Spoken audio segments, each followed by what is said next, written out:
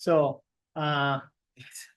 this is the second defense of today, so which is good. I mean, Monday we're gonna have the same modality, so which is awesome. But before we start, I mean, as I did with Gabi too this morning, I wanted to highlight some things from Gustavo. So it's interesting how people come to the team sometimes. I mean, this was very randomly, which I it's never randomly. I always know that there is a plan, so you need to know that. But it was a little bit randomly. Let's put it that way.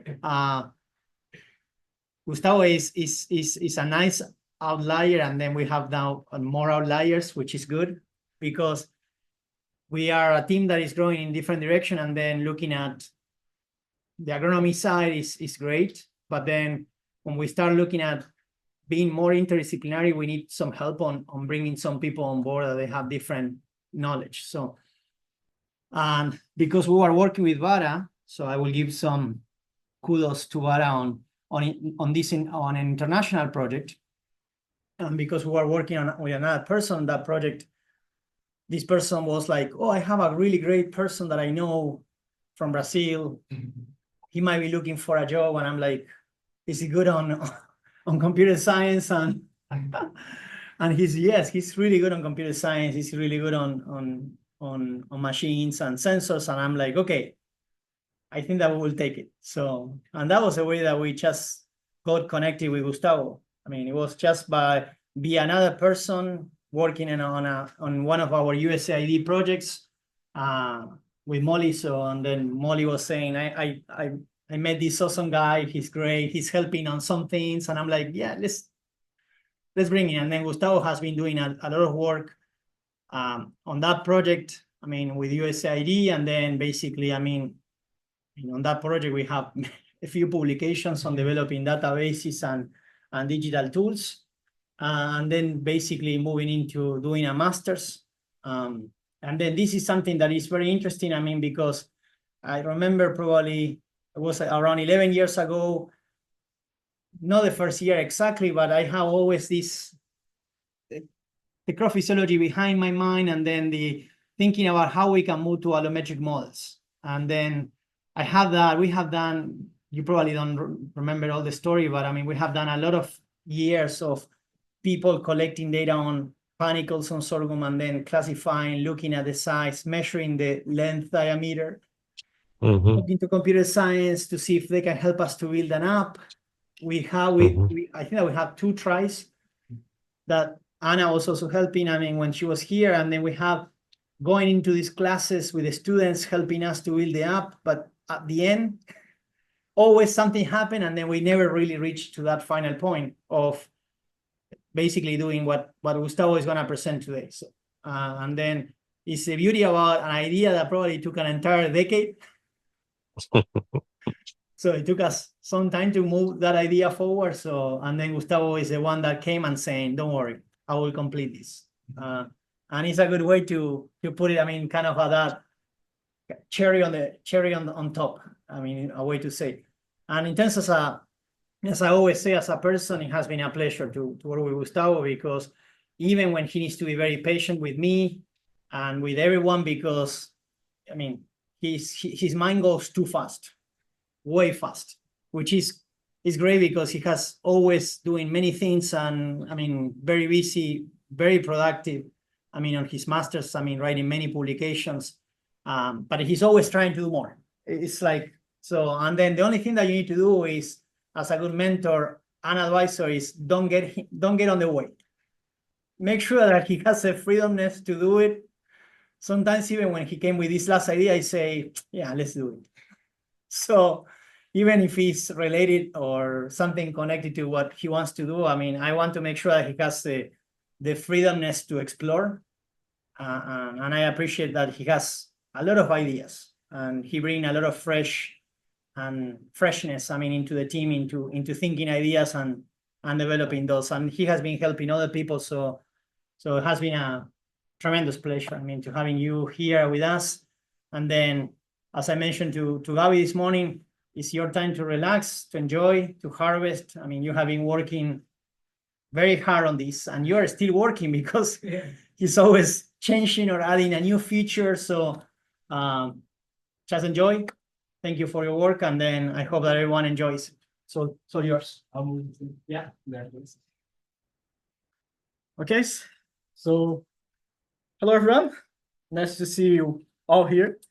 Today I'm gonna present to you, as my professor said, my work done in the past 2 years, my master's, that in the end were two works that we combined, were two continuous works that we combined, and we finished with an end-to-end development of a mobile application to count the number of grains within a sorghum panicle using on-farm imagery. I'll explain to you better what this all means. Come on.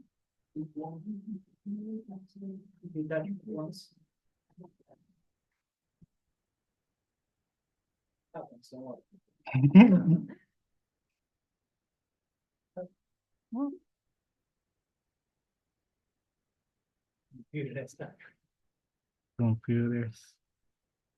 No, come on. Not now. Yes, that's the problem. I can also. Sure. It's working. You see. Can go back. Sometimes you can. Yeah, I can go by clicking. But let's see if you now it works. Yeah, now it works. Sometimes yes, just it's up from my keyboard. Okay, so let's start officially now. A little introduction to so everybody can be in the same board. So an estimation of yield before harvesting, it's very, very important for everyone. Not just right before harvesting, but a couple weeks before harvesting is very important, because this way farmers can organize some key operations for them, like post-harvesting, selling, storage, and some other important features.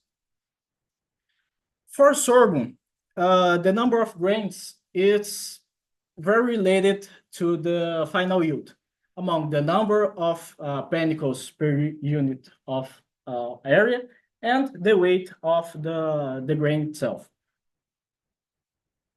But to have this estimation of number of grains that can end to a final yield number, counting the number of grains is very laborious and time-consuming. You have to go to the field, cut the panicle off, trash, and count manually, which you're going to have many enemies if you do this, ask them to do this manually, or you can use a machine that sometimes is very expensive.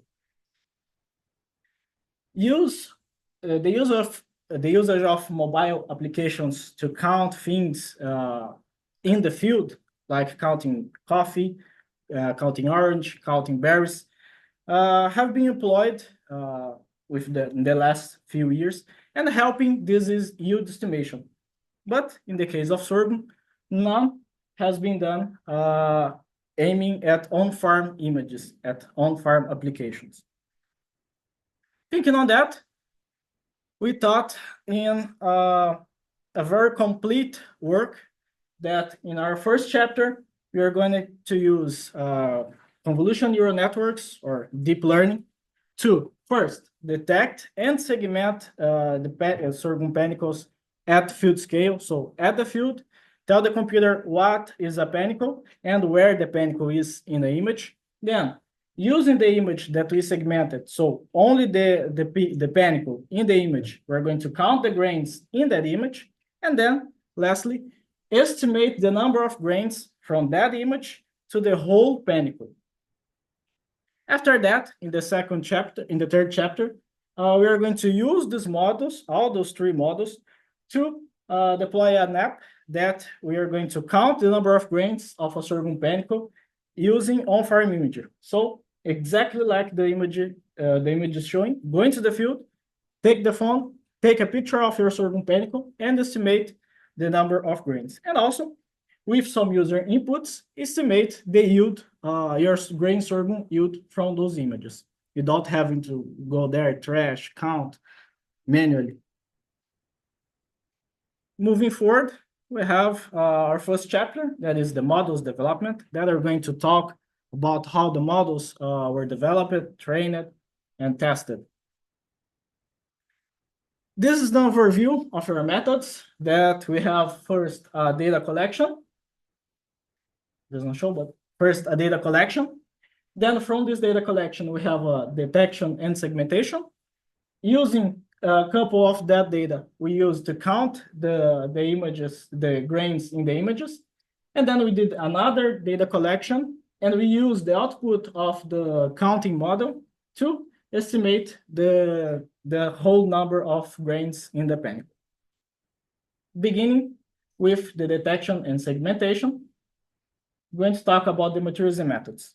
We went to the field, we took 450 images of sorghum panicles. We framed the desired panicle.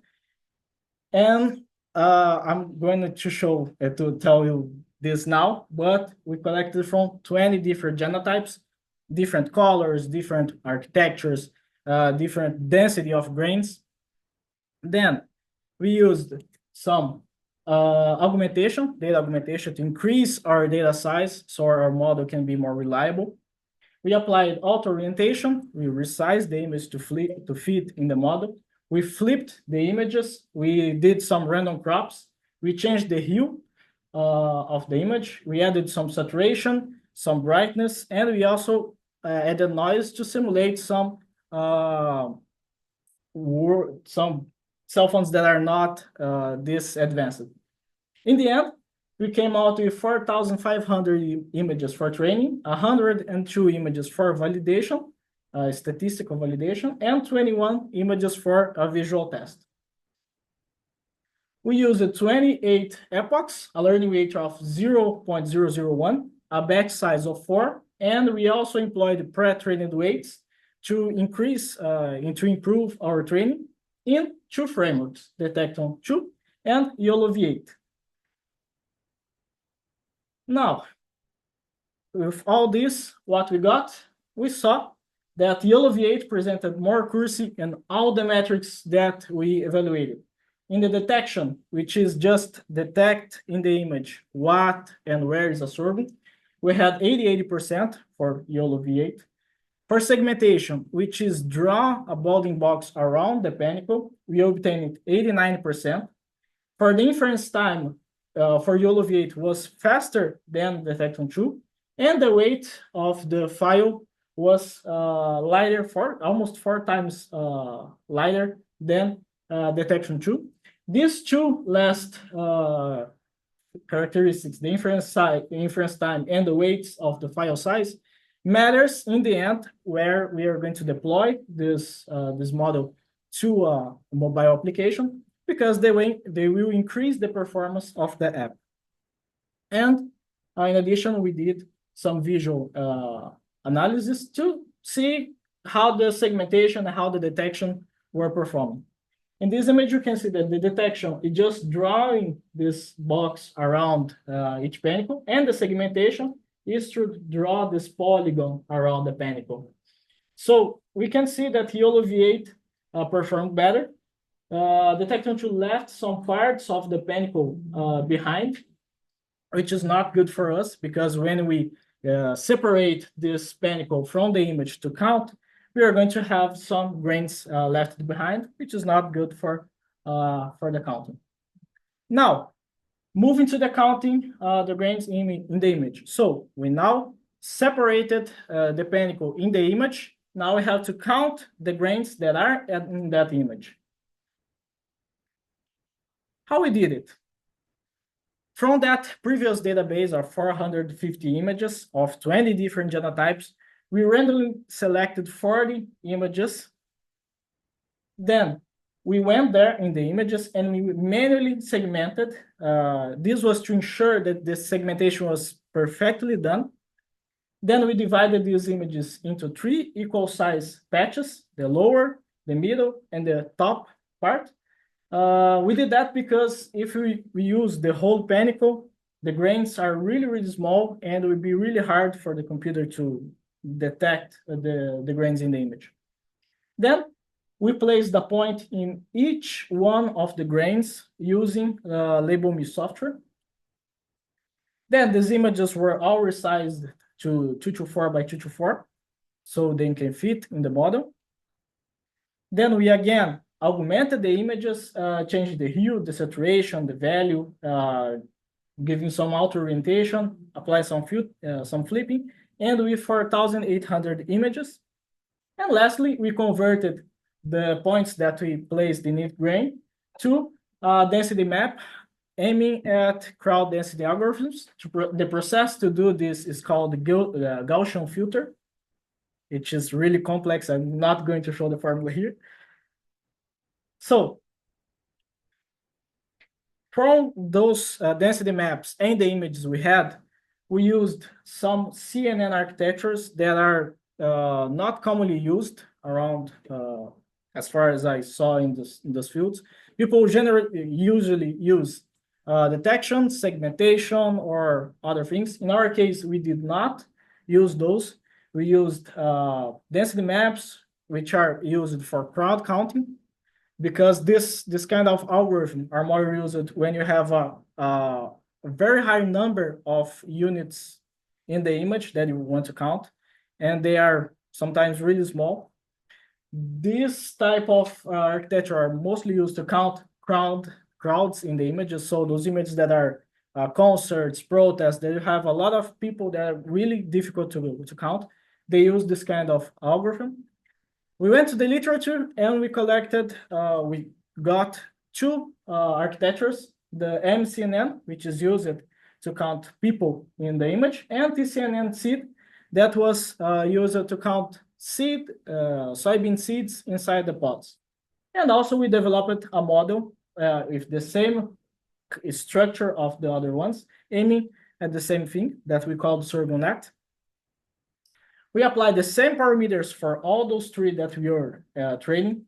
We used the L2 loss function, maximum of epochs of 100 with a patience of 5, a batch size of 8, and a learning rate of 0.001. We got some interesting results showing that the sorghum net, the model developed by us, had the best metrics comparing all the others, with a mean average error of only 25 grains in that image, a mean squared error of 1,271, and a mean average precision error of only 17%. This is an output of some of the models that we did. This is the original image. This is a density map ground truth, and this is the predicted one. You can see here that the ground truth had, we had in that image 288 grains, and the model predicted 272 grains.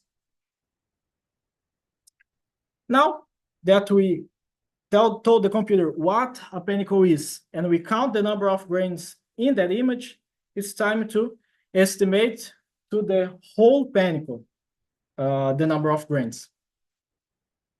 To do that, we went to the field again and we collected 99 panicles, and we cut at those panicles and the grains were counted. But before cutting and counting, we took 198 images, 2 images by panicle, one from this side of the panicle and another from this side of the panicle, to compare later to see if we are going to have some difference, taking a picture from one side, the other, if it would be really necessary to take more than one picture per panicle.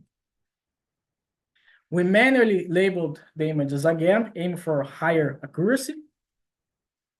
Then we did the same steps. We patched the image in 3 parts, the lower, the middle, and the upper. And then we used the model trained by us in the previous step, the sorghum net, to count the grains in that image. And then we compared the estimations from both sides of the same panicle. And the estimations and the observations were used to fit a linear model, so we can have this model output, so we can have the final number of grains. The results that we had is that comparing both sides of the panicle, we only had a difference of 9%, which is not much significant, showing us that we can take only one picture per panicle, that we don't have to take 2 or more pictures per panicle to have a good result.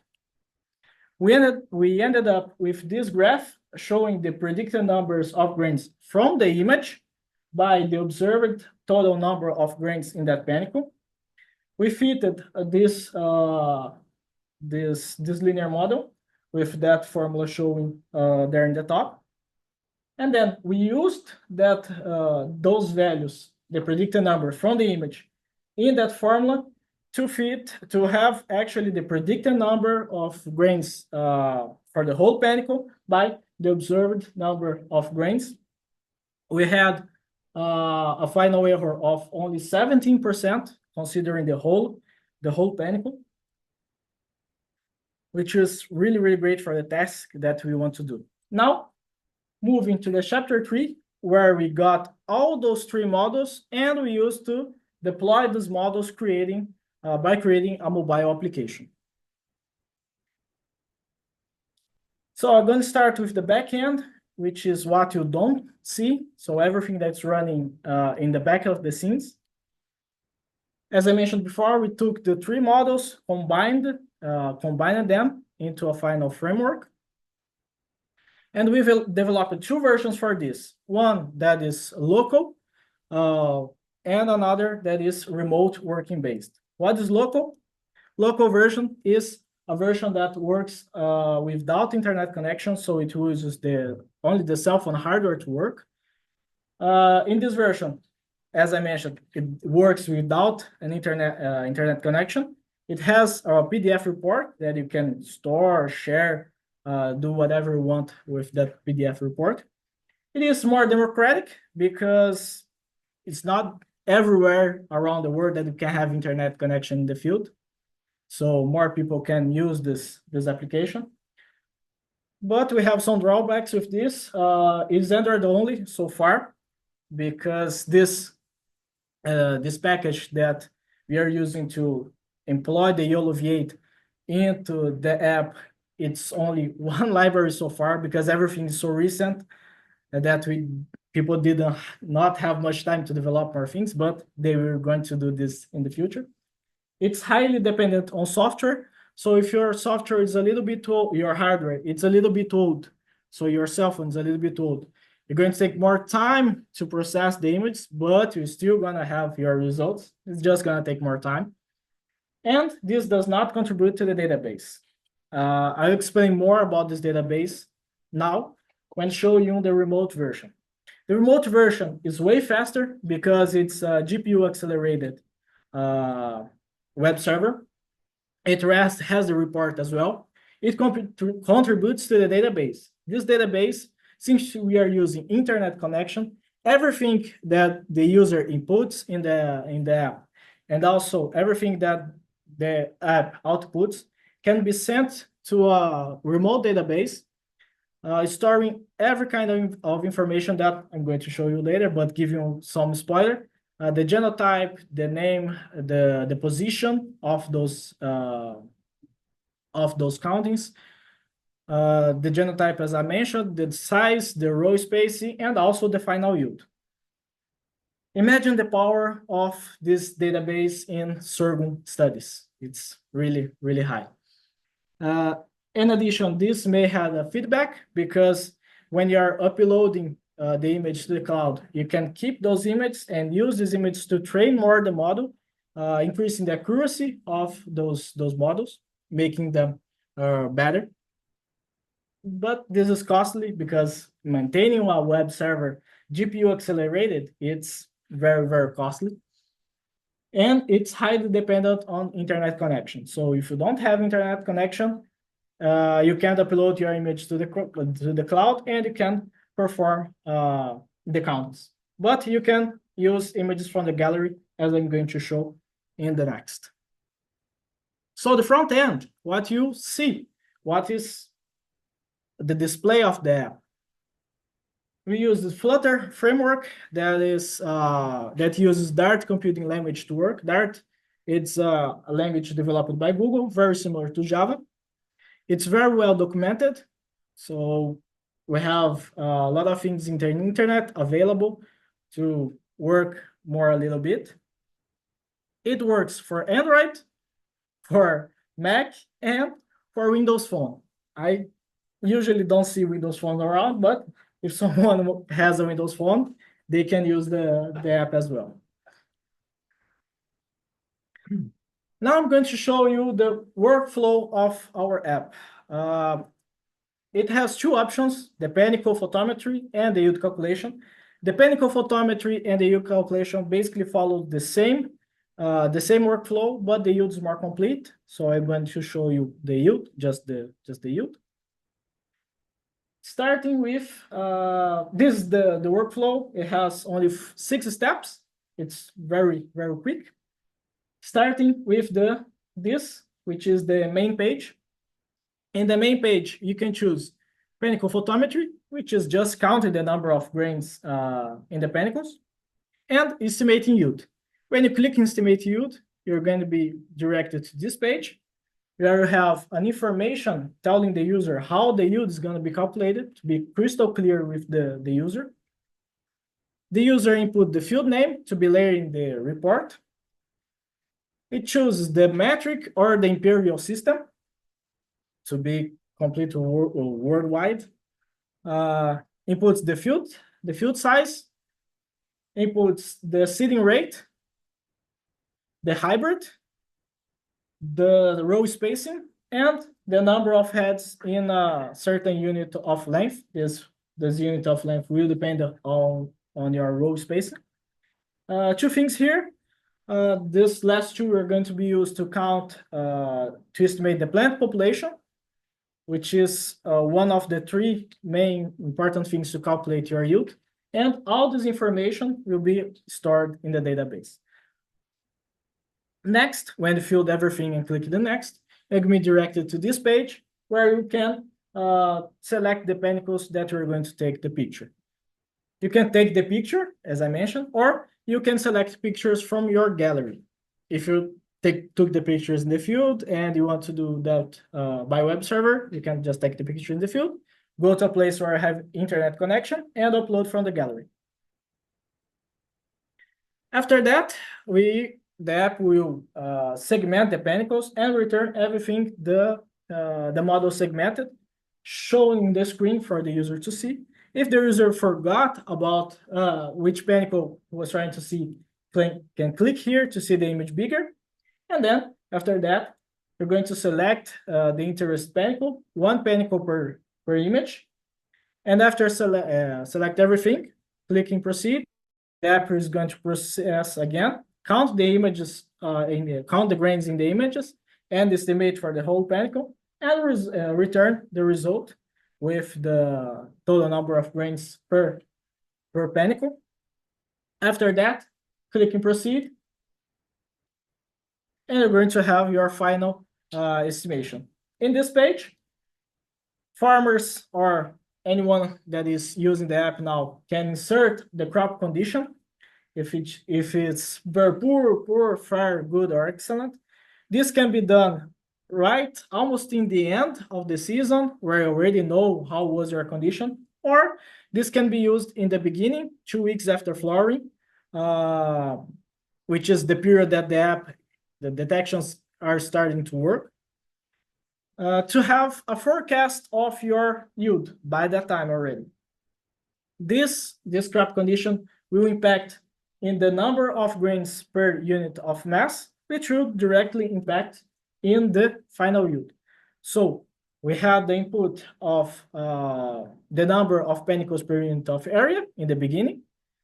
We had the number of grains per panicle from the app, and from this top part, we have the number of grains per unit of mass, giving us our yield.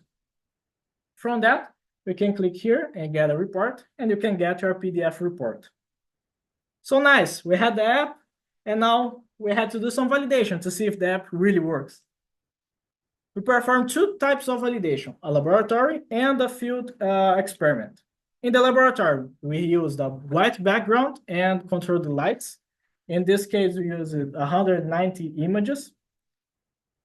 And in the field, we simulated field conditions with different lights and different positions of the camera related to the panicle. Used 80 images from 4 different genotypes. For the yield, we used the outputs of the grain numbers from our app.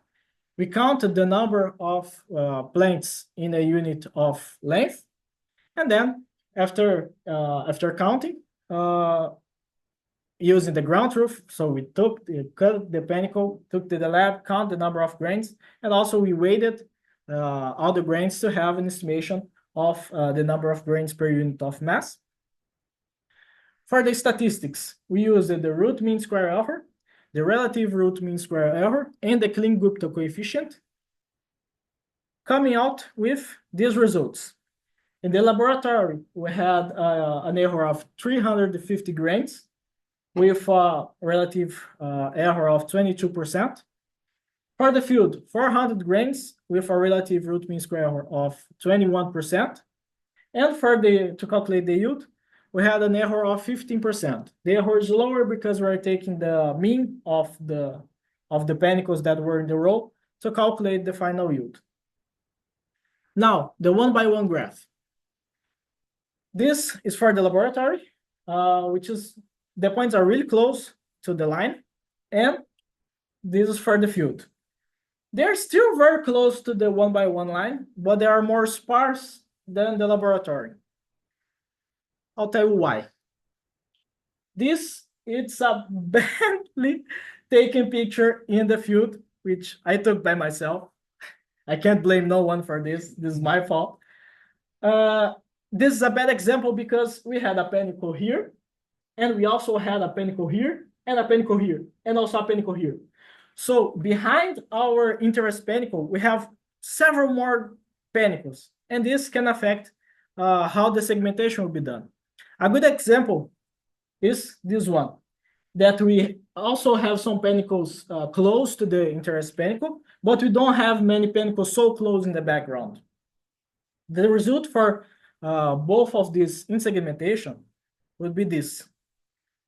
In the first case, we have our interest panicle, but we have also this one, a little bit of the other, and this part of the other, so 4 panicles in one image. And this one was perfectly segmented, only one panicle, the one panicle that we wanted in the image.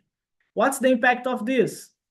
This, where we had an observed of 1,000 grains and a predictor of 2,000, sorry, and in the good case, an observed of 2,500 and a predictor of 2,300. So the error difference is really high between those. So a summary of all this, been talking to you for half an hour almost.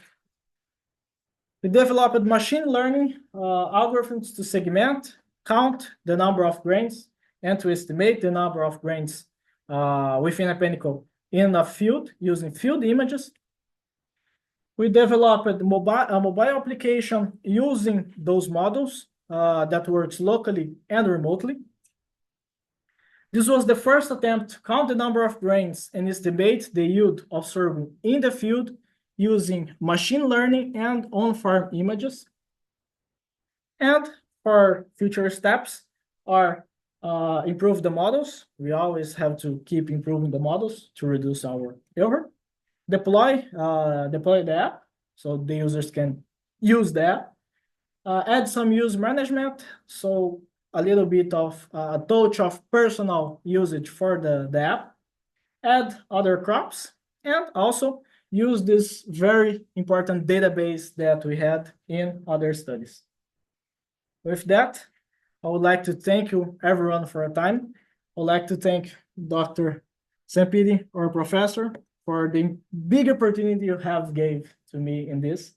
Not only for doing these projects that I loved so much, but other projects that are not related to the projects. You gave me all the support, everything I need. a lot of patience with my mistakes. I also would like to thank Anna, that is in the meeting right now, for her patience and for her help since I started here. And also everything in the lab for all the support you have done to me, have given to me. Thank you very much.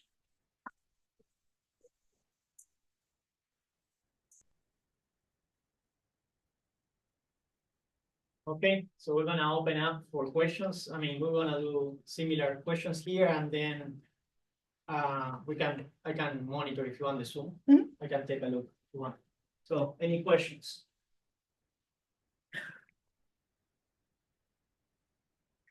Emma is there? Oh no, she's in the meeting. There's no meeting.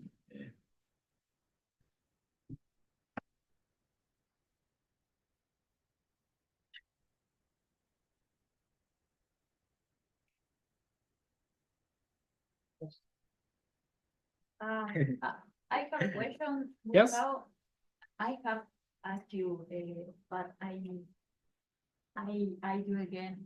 In one of the last images that you show when you took a picture in the field, the two pictures, and one with the panicle, the only panicle, and another with more panicle in the background. Maybe could you recommend that when the user is going to use the app to put like A back screen? yeah, Yes, you can use to perform the information? a white sheet. It's going to be even better than this one. But the main purpose of this is just go to the field and do a quick assessment. So we are in the field, take a picture, putting up a white sheet in the back will help, but you're going to make this, and then this, and then this. It's better to know more how to take the picture. So if you are in the row, take the picture perpendicular 90 degrees with the row, because you won't have many panicles in the background close to the one you want. And do not do this, which is taking the picture in the same direction of the row. You're going to have a lot of panicles in the background. You probably don't know the story, but a previous version before Gustavo was here. Oh, I think When my version. when I was improvising to be a computer scientist on my other life, I was developing a sheet that it was a white sheet with a blue square. That with a non the blue square was 1 by 1 inch. So and then I was testing that because I say if I have a non-square, I can take a picture regardless of the distance. And of course, I didn't have all these skills on doing all this. So, but we tested with a few farmers, and they didn't like it because they always have, I mean, need to have someone on the back and everything. The results are great because you have basically that panicle, but then some guys were doing this, and then the half of the panicle was in rather than being the entire panicle. So they didn't have two people to do it. They say that. And because of that, we stopped doing that approach. The color of the grains is important in the estimations or no? No. For in the steps, let me show you here. It'll be faster if I just say it. So we took 20 different genotypes. Among these genotypes, we had genotypes with grains that are green, that are red, orange, blue, white. So we had different genotypes with different colors. And in addition to that, I added in the augmentation, changing the hue. Hue is the color of the image. So I changed the color of the image as well to increase our data set in different colors of grains. So it was trained to detect more about the shape than for the color. Two questions. First, are the farmers using this? And if not, do you have any plan to take these to the farmers? Like, we tried, we gave two breeders, no? Two breeders, yes, to Terrafel I won't dare to say his last Terry. name, but to Terry, To the who was breeder. with So sorghum. the sorghum They breeder took is- the images in the field already, gave me some feedbacks. Yeah. Yes, he also showed to Dennis. I like it. Yeah. So the app is gonna be open.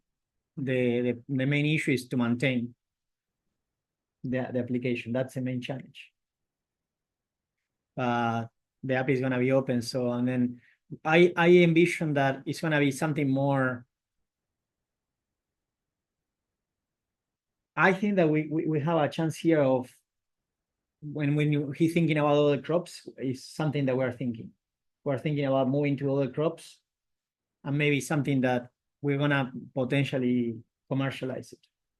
We already have at least one company that wants to commercialize it, and then I see that at the end of the day, that will be the most sustainable way to do it. Because it's gonna be hard for us to sustain this. Yes, you have to keep track of all the APIs, the flux, and take care of the database. So we have to have someone there And the storage. looking at the storage, storage not capacity. it's growing too much. We Every have to month. send to another thing because you're going to be charged for that. So we have to keep people looking at this all the time. So I think that the approach is because what Gustavo was saying, that is the models over time, if we continue training with more data, they're gonna continue to improve slightly. But the problem is that you need to store all that information. So and we think that when we were thinking at the beginning of doing all this, we thought about, oh, this could be an awesome tool for doing yield forecasts and having people all over the world getting data and connected and doing yield estimations, and then you have all these images coming, and then you can have almost like a system alert. And they use a lot this in entomology. So if you go to entomology, there are some models that you can see almost near real time when the insects are moving. So imagine that you have a situation that you can see almost near real time when basically people is putting data into the tool and doing yield forecasting. So you can start, if it's broadly used, you can start doing that and then getting better yield forecasts from other crop insurance too. We have a discussion with Gustavo that even from South Africa, we have a person that was connecting with us, and then they want to talk about how to use this for crop insurance, because when they have claims of crop insurance, they don't have a way to really have a quick calculation. That's why we developed this report function. Yes. Because we say this will be a way that when you go to the field, if you are working for a company, you can send a report to your supervisor or to your farmer. So you can basically tell to someone, I did this, and here is a way to be traceable. And also, there are some applications for scouting. Scouting. And you can include this Yeah. as a model. Yeah. Inside the scouting apps. But unfortunately, I think that the pathway is gonna be. Well, I mean, from my side, I would like to always keep. I mean, and if we can, an open version, but some of there are 2 or 3 companies now that they are asking us about this, and I think it's gonna be more something that we might commercialize. It's very, very interesting, the objective to dynamic crops. Yeah. What's your opinion about that? Let's go. But I mean, Yeah, don't No, don't challenge him because it's like differences between crops, you can. So Use approach. we can't use the same models because they're returning it specifically for sorghum, but we can use the same framework. Take a picture, extract the interest part of the plant, count, and then estimate for the whole. In the case of sunflower, we don't need to estimate for the whole because it's just one part. But for others like wheat, we have to estimate for the whole thing. So the framework will be the same, and insert the models in the tool. Also, we can separate this by a select, like the select your crop, and then select and going to change the models, and then do the same thing all again. But by the time you are thinking about the same time of panic spikes that are at the height of the canopy. Yes. What happens when you have all the organs distributed along the Like plant, soybeans, for example. Soybeans, corn. but soybeans will be. Yeah, soybeans are going Soybeans to will be, be because you have the canopy, you have to put pods. the cell phone under the The canopy. framework, the framework Uh-huh. will be different. Yeah. Yes, in the case of soybeans, yes. And I think that so if I may say, I remember I make a mistake when I try to do a yield forecast or a yield estimation for soybean on my first or second year here. Because if you think about specifically on soybean, first the canopy architecture is very complex. You have many pods. And then there's an issue there on soybeans too that is connected to that. If you go, like for example, if I go 2 weeks after flowering, right? And I want to do a yield forecast, I will be probably within a range of error. Maybe I will be 20-30% within a range of error with this. If the app is saying 150 bushel or whatever is in kilograms, I think that I'm going to be close. On soybeans, if I go, for example, I did that one time. I went to do, a yield estimation. And then the problem, seed filling, usually it could be like 30-40 bushels. It could be like almost 40-50% of the yield in soybean is going to come before you do this. So it's very risky to do a yield estimation. Soybean is not a crop that is that easy, but mainly because of the contribution of the seed weight. Yes. It's so high, the contribution of seed weight, that the only way that this app is going to work is that if you do it at maturity. And how many people will do it at maturity? Why will you do that? I mean, do you want to, if you want to suffer, do it. But I agree with you on the sense of, most of this is going to be very simple to go wheat, barley, sunflower. Yeah, sunflower is super straightforward. Yes. And wheat and barley, I think that it's not that hard. I have done the 2-row barley, gonna be easy. super easy. Rice could be, millet. So most of those. Millet. Millet is a little bit. No, but it's because of the functions. It's because of the allometric models. All is based on those allometric models. If you have a model of the volume with a grain number those models are so many times reported already. So all the time that you have those models that you can, and what we are doing here is we're improving the model, because it's before Gustavo time, I would call like before G. Before Gustavo time, we were doing things like, for example, we first did like with a ruler, height, length. And I remember one presentation that I did in 2014 about this already.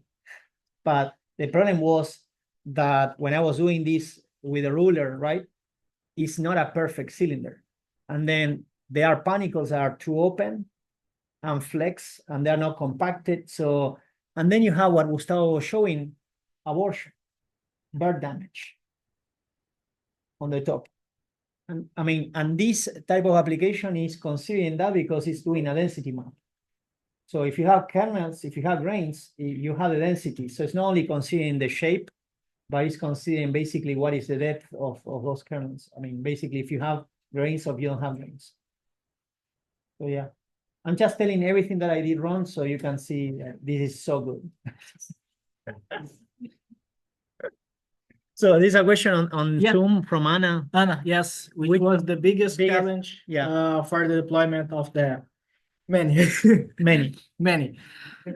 To develop the web server, the biggest challenge was to control the flux, send the image by internet from the cell phone to the web server, because we have to change the format and then read when you arrive in the server, change again, read, and then change, come to the cell phone, change again, and then this manipulation of formats of file, image, server, image was a little bit difficult.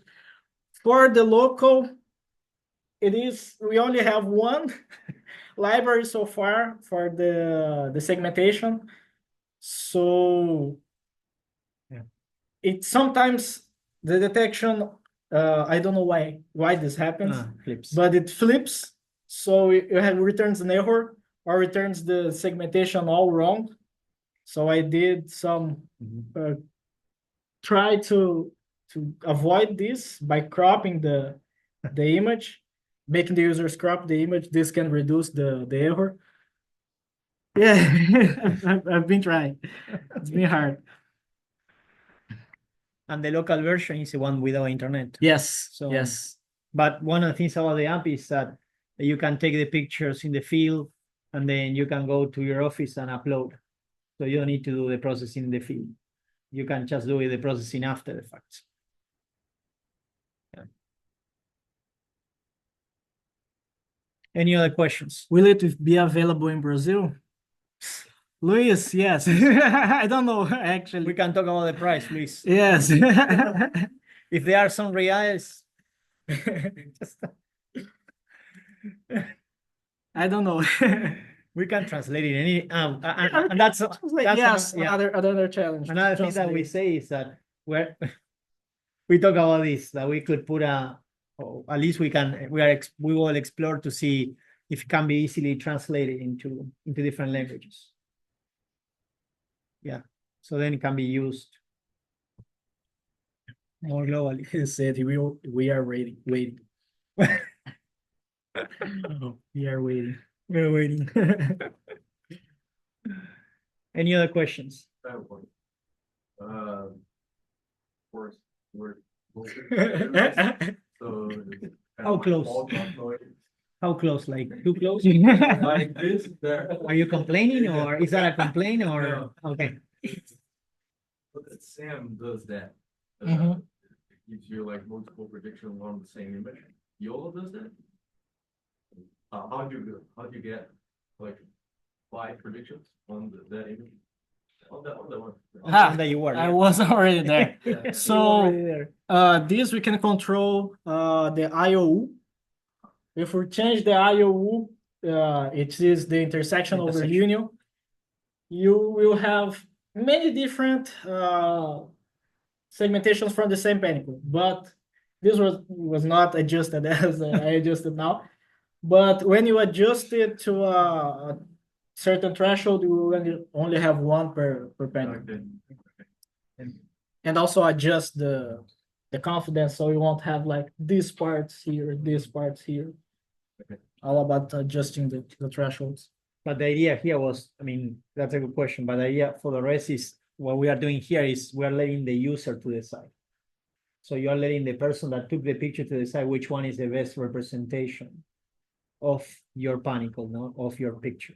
Yeah, and maybe some with this will Someone might cut use that some and someone, parts yeah. of the Yeah. panicle. Yeah, Some but of we the are letting the text, person decide, rather than us decide. We don't want to. Okay, any other questions? If no, we will just let him go. I mean, so we can continue with him. So thank you so much for coming. Thank and let's give a round of applause to you.